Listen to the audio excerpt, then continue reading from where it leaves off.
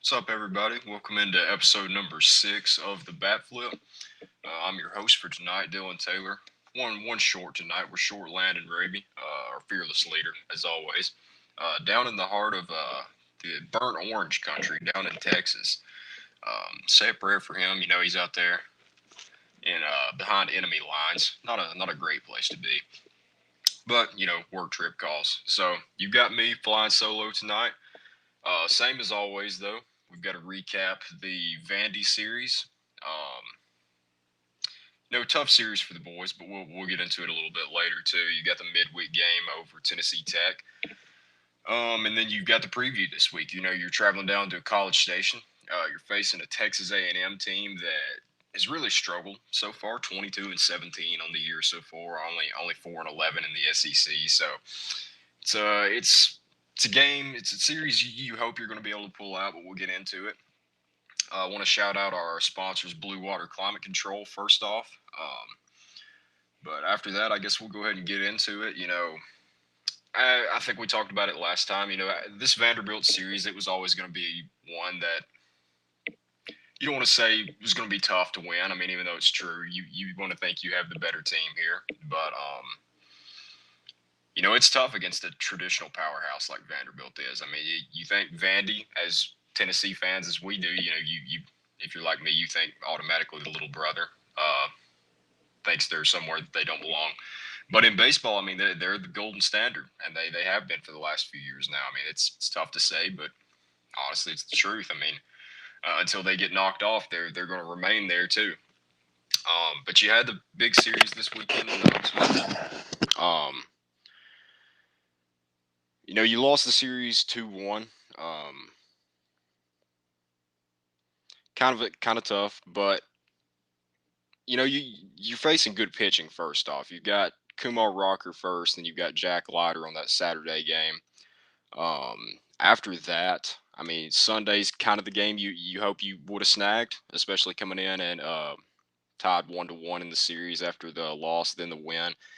You kind of hope Sunday after the performance we saw on Saturday that would be kind of the wrap up there. If you're like me personally, I mean, I think Sunday, before the series started, Sunday was going to be your best chance at a W. Just because, like I said, Kumar Rocker coming into that start, I believe it was 8-0 on the year, 8-1, 7-1. I think it was 7-1 coming into that, and he dominated. I mean, Kumar Rocker, he's going to be I'd say top 5 pick easily, probably a top 3 pick, just depending on what the team needs are there.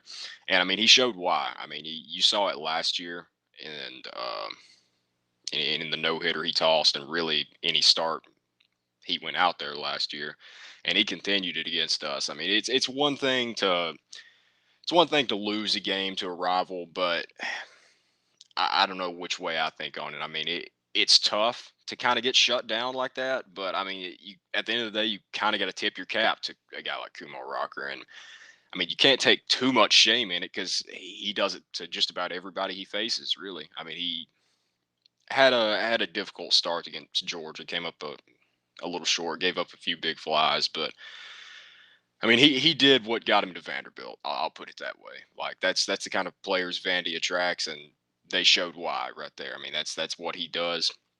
Saturday going in, I mean, I was at the game Saturday. You got Jack Leiter for Vandy. Um, had Will Heflin on the mound starting for us. Kind of. It's like I said before, kind of going in, like it kind of gives you an uneasy feeling. I mean, Leiter hasn't lost a game all year. Another guy that's projected top 5 of the draft. Probably top 3 as well. I mean, you've heard rumors of Rocker and Leiter going 1-2, 2-1, depending on which way. But I mean, you come into that game a little bit nervous, especially after dropping the first one. But Will Heflin, I mean, shout out Will Heflin, the senior lefty. I mean, he doesn't have the stuff that's going to blow away anybody, but for sure, absolutely, he put in a solid start. I mean, I think he went a little bit longer than you'd probably like him to go. He's a guy that you hope you can get 5, maybe 6 innings out of him, hand it over to your bullpen, and hope that you've got a shot to win it. I think before the year, that Saturday game is really a spot that Depending on how you set it up, it would either been Jackson Leith or Tidwell, Blade Tidwell. Uh, Interchange them Saturday, Sunday, whichever way Vitello likes it better. But with Jackson Leith out for the season now, that Will Heaven's really stepped out in that role, in my opinion. I mean, he's like I said, he doesn't have anything that's going to blow you away, but he's consistent. He kept him off balance most of the game, with the exception of a couple big flies. But I mean, that's a team like Vanderbilt. I mean, they're number 2 in the country. We've mentioned their pitching. We've mentioned it the last couple minutes, but their lineup. I mean, it's not any slouches there. You've got Keegan at first base. I mean, he's going to be a top 10 pick. Talent throughout, really. You saw they've got speed, they've got power, they can hit for contact, they do the little things right. They're just they showed why in this series that they belong in the top 5, and I think Tennessee did too to an extent. But that's just a quick recap there. I mean, you lost the Sunday game, you held around for a little while there, but um, kind of started making solid contact. Vandy did there at the end, a 10-4 loss there. But you had that as a recap, just overall.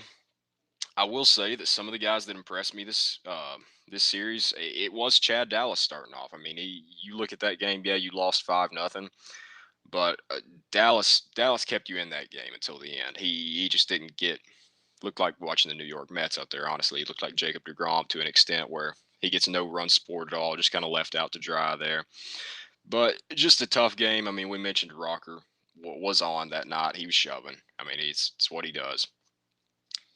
Said Vandy's crazy loaded. The Vols did a good job against them. You can't expect to beat them. I mean, yeah, that's a good comment there. I mean, yeah, they are crazy loaded. You got that part definitely right. Um, yeah, we did do a good job. Um, I'd kind of disagree. I mean, you can't expect to beat them, no, but a battle of top 5 teams, you want to have the hope that it can go either way, and especially the way. I mean, you look at the Vols now, 30-8 on the year.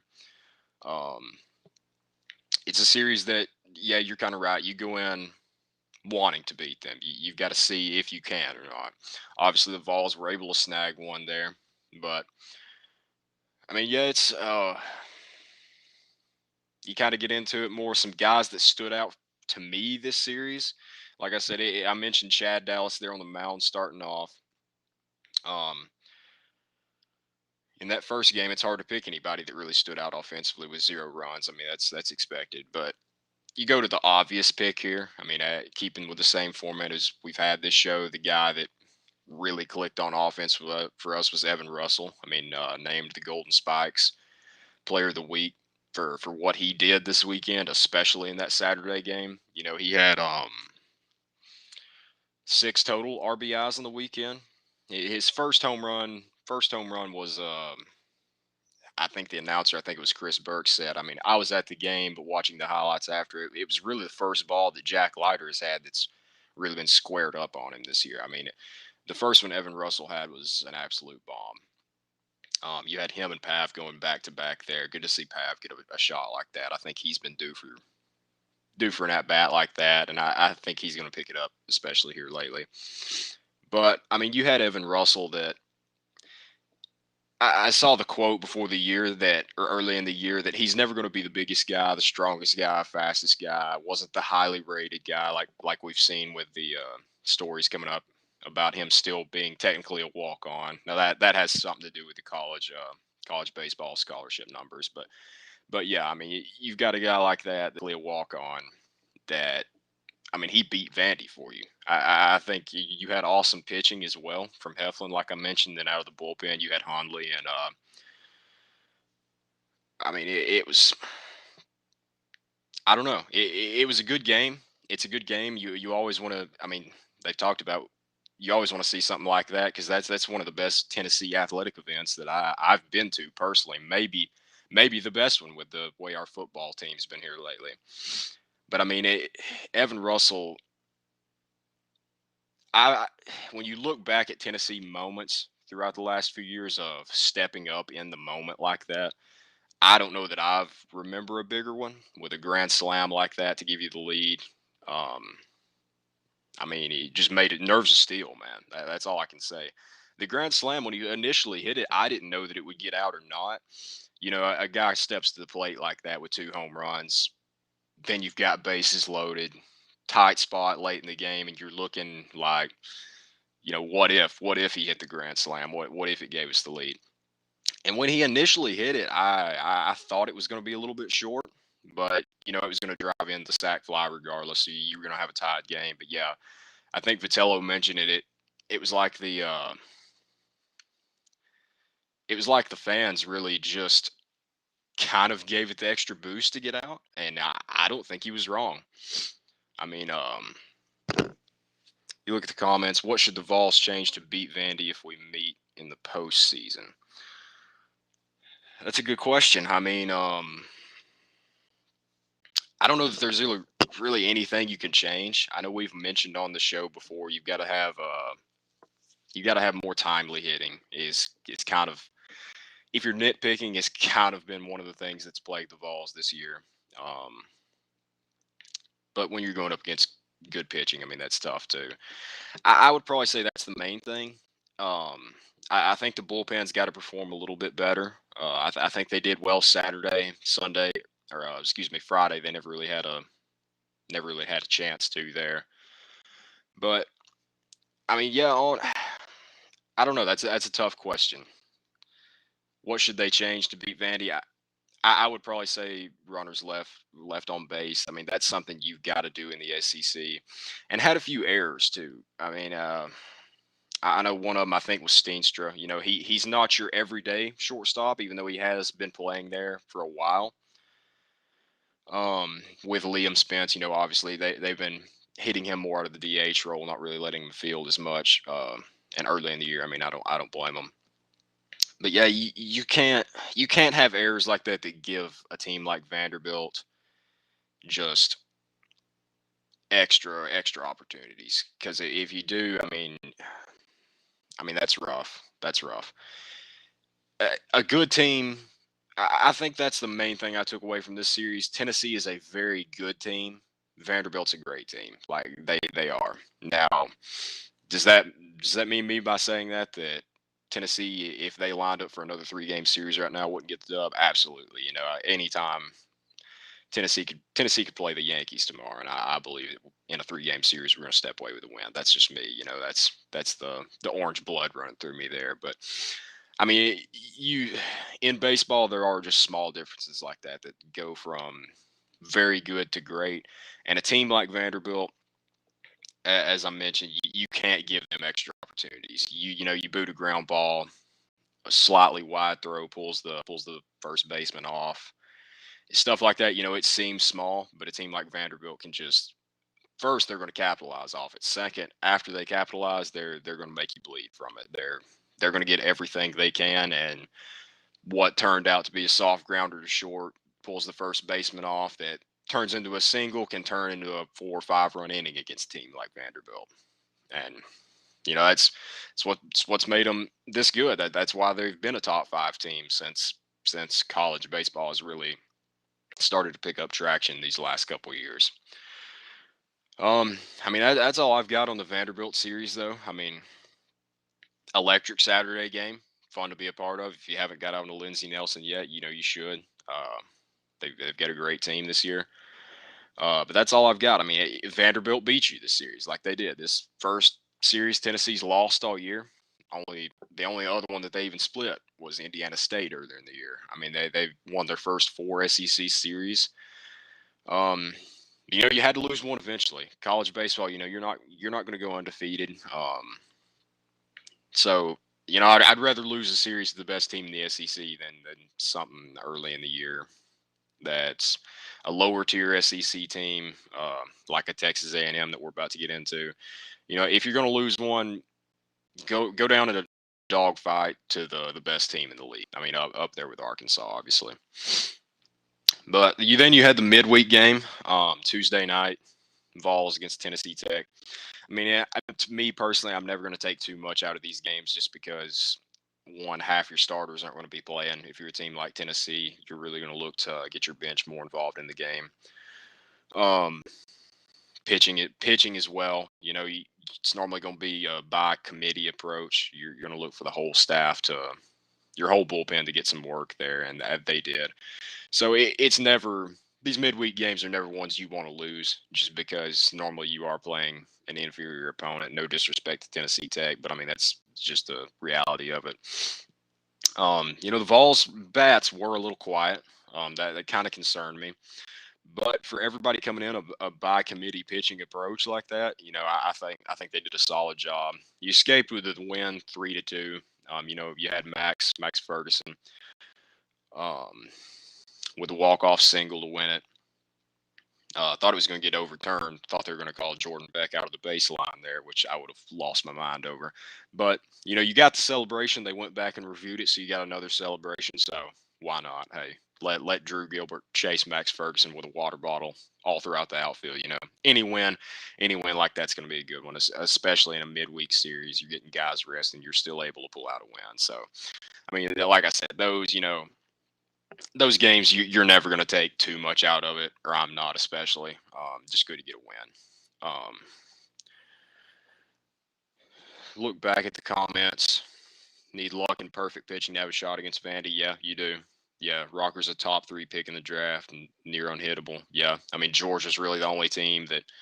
I mean Georgia's not having just an outstanding year, but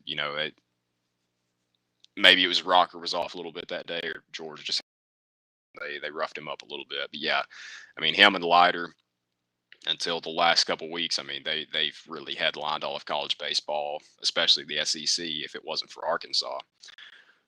Tennessee's not Arkansas or Mississippi State loaded with high-end pitching. Yeah, I kind of agree with that. That kind of goes back to me, the Jackson Leaf injury. I think if Jackson Lee's still healthy, then yeah, I would disagree there. But yeah, in terms of depth of high-end pitching, I agree with you. I think that our 2 starters in Dallas, Tidwell, I'd be comfortable putting them up there, especially for Tidwell being a freshman. Yeah, I mean, like you said, I think there's still. I don't disagree. I think there's still a gap between Vandy and everybody else, Arkansas, everybody else.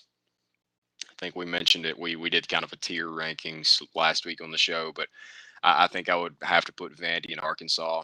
I mean, I think head and shoulders they've been the two best teams this year in the SEC. I'd put them just a little bit above everybody else, like the Tennessees, the Mississippi States. You thought coming into the year, Florida. But yeah, I mean, I agree with that. I don't think anything you said there was really crazy. I think that's. I mean, everybody knows what Vandy's where they make their bread at. I mean, it's been college baseball. Now you've got this week, as we mentioned, you're going in to College Station. You're facing Texas A&M. I mean it. You never want to say you hope you get a sweep, but I hope we do. I mean, Texas A&M has not looked great this year. You do have to go on the road, but I mean the Vols are 9-3 so far this year on the road.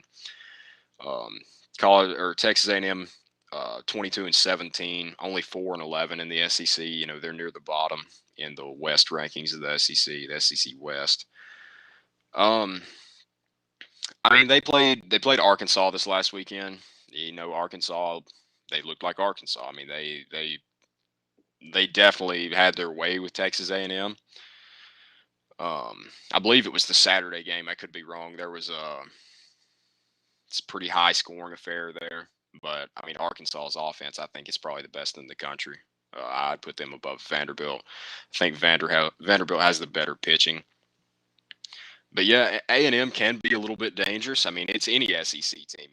Any SEC team like that, any weekend one team's got the chance to beat the other one. But this is a series for the Vols. You hope they can get the win. I think they will. I think the mentality that Vitello's had all year. I don't think he's going to let this team come in and kind of sleepwalk against a team like A&M, which I don't think they will with it being a road series. First off, that kind of gets you in the mindset that you're away from home, you're in enemy territory. You've got to perform. You've got Dallas going again Friday night. I expect him to do what he's done all year. What I'm looking forward to in this series, though, is seeing Tidwell. Blade Tidwell, the freshman, our Sunday starter. The last couple of outings he hasn't been bad by any stretch, but he's been a little bit off from what we saw earlier in the year. Now, part of that is he's been facing better competition, obviously. But I'd really like to see him Sunday just come out and really shut the Aggies down, and I think he's definitely capable of it. If you've watched him pitch all year, he's got the talent to do it. But yeah, this weekend I just looking to see the Vols get back on track. I'm not going to get into it too much. But yeah, I expect a 2-1 win. Yeah, you said A&M is dangerous, but win the series 2-1 on the road and you're fine. Yeah, that's kind of what I'm calling for. I think it's going to be a 2-1 win. I think you may see Texas A&M. I wouldn't be surprised with a sweep this weekend. Maybe I've cursed them by saying that, but we'll wrap up there. I mean, episode 6. That's what I'll close on. Episode 6 with just get back to your winning ways. I mean, you're 30-8 on the year. You've proved you're one of the top teams in the SEC. This is your first big challenge of the year, really. And I don't think you underperformed. I don't think you came out late in the egg. I think Vanderbilt did what Vanderbilt does. And if it's a series like that, at least you got a good moment out of it with the Saturday win. That blew up Vol Twitter, college baseball Twitter, really. So I mean, that's what I'll end it on. Just get back to your winning ways. This has been episode 6. Shout out to Blue Water Climate Control again, and we'll see y'all next week. Go Vols.